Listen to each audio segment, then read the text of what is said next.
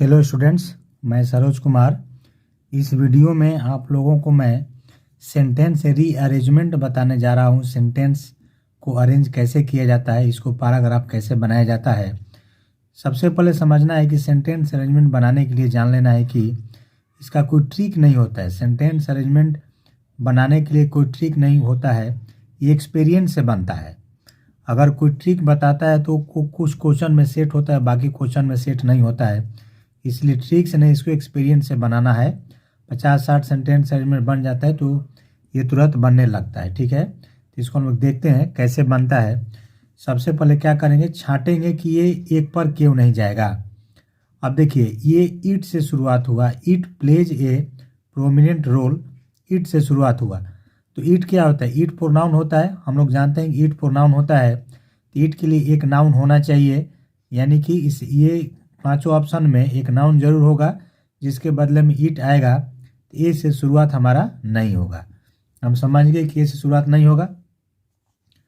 दूसरा कहता है, education plays a key role in creating patriotic disciplined and productive manner. अब देखिए, ये सो तो एजुकेशन प्लेज, शिक्षा प्लेज ए की रोल, शिक्षा एक महत्वपूर्ण भूमिका निभाता है। ये तो लगता है कि इससे शुरुआत हो सकता है। सी में कहता है, इसको हम लोग पेंडिंग में रखते हैं कि ये शुरुआत हो सकता है। एजुकेटेड मैन पावर कॉन्स्टिट्यूट्स, शिक्षित मानव शक्ति निर्माण करता है प्रेसियस एसेट्स, कीमती संपत्ति का निर्माण करता है।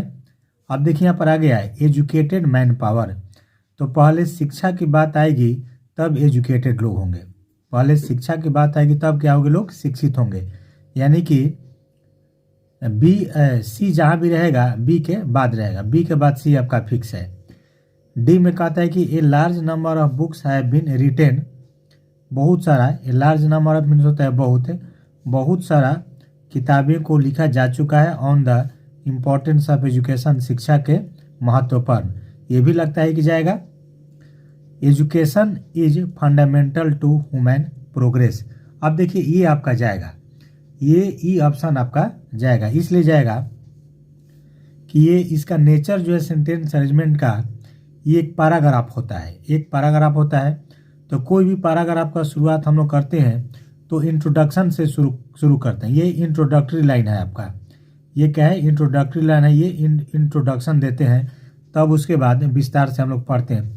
कैसे, जैसे पेपर में कोई चीज़ छपता है तो पहले लिखता है कि 4 लोग मारे गए, हेडलाइंस में देगा कि 4 लोग मारे गए।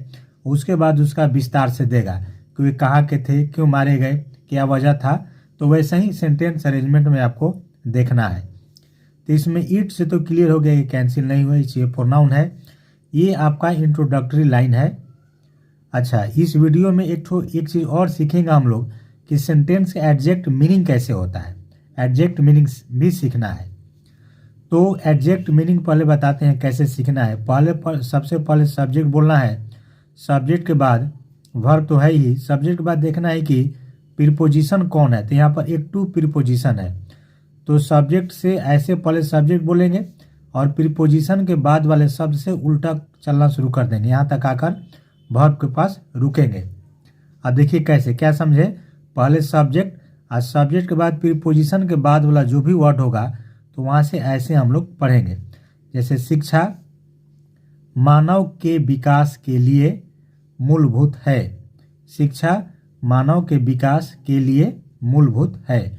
अब देखिए मूलभूत है, ई से हमारे ई से शुरुआत हो गया, ई से ई एक नंबर पर जाएगा।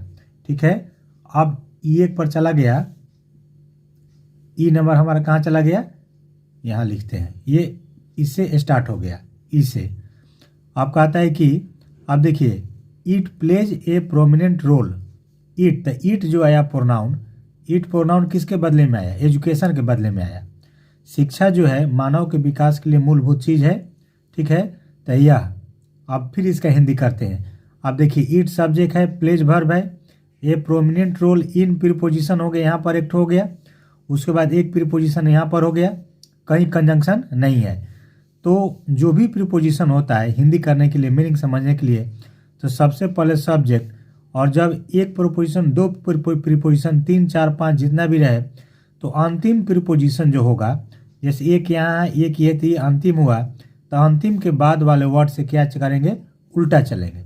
तब हमारा हिंदी जो कहाँ तक आ जाएंगे, यहाँ तक, यहाँ से शुरू करेंगे, पहले इसको बोलेंगे और अंतिम प्रीपोजिशन के बाद से अब यहाँ से ऐसे करते करते, यहाँ से ऐसे करते करते करते हम लोग यहाँ तक आ जाएंगे। अब देखिए कैसे, यह समाज के साथ साथ, एज वेल एज मीन साथ साथ, यह समाज के साथ साथ व्यक्ति के चारों ओर के विकास में, चौमुखी विकास में एक महत्वपूर्ण भूमिका निभाता है। एडजेक्ट हिंदी हो गया।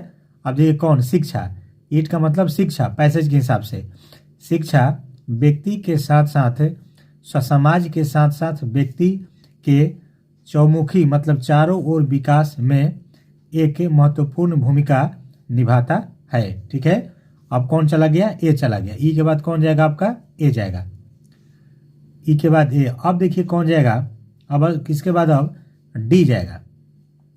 ए large number of books, A large number of means बहुत, तो बहुत सारी किताबें हैव बीन रिटेन लिखी जा चुकी हैं on the importance of education. अब देखिए फिर से इसमें ऑन यहाँ पर एक प्रीपोजिशन हो गया, यहाँ पर ऑफ एक प्रीपोजिशन हो गया।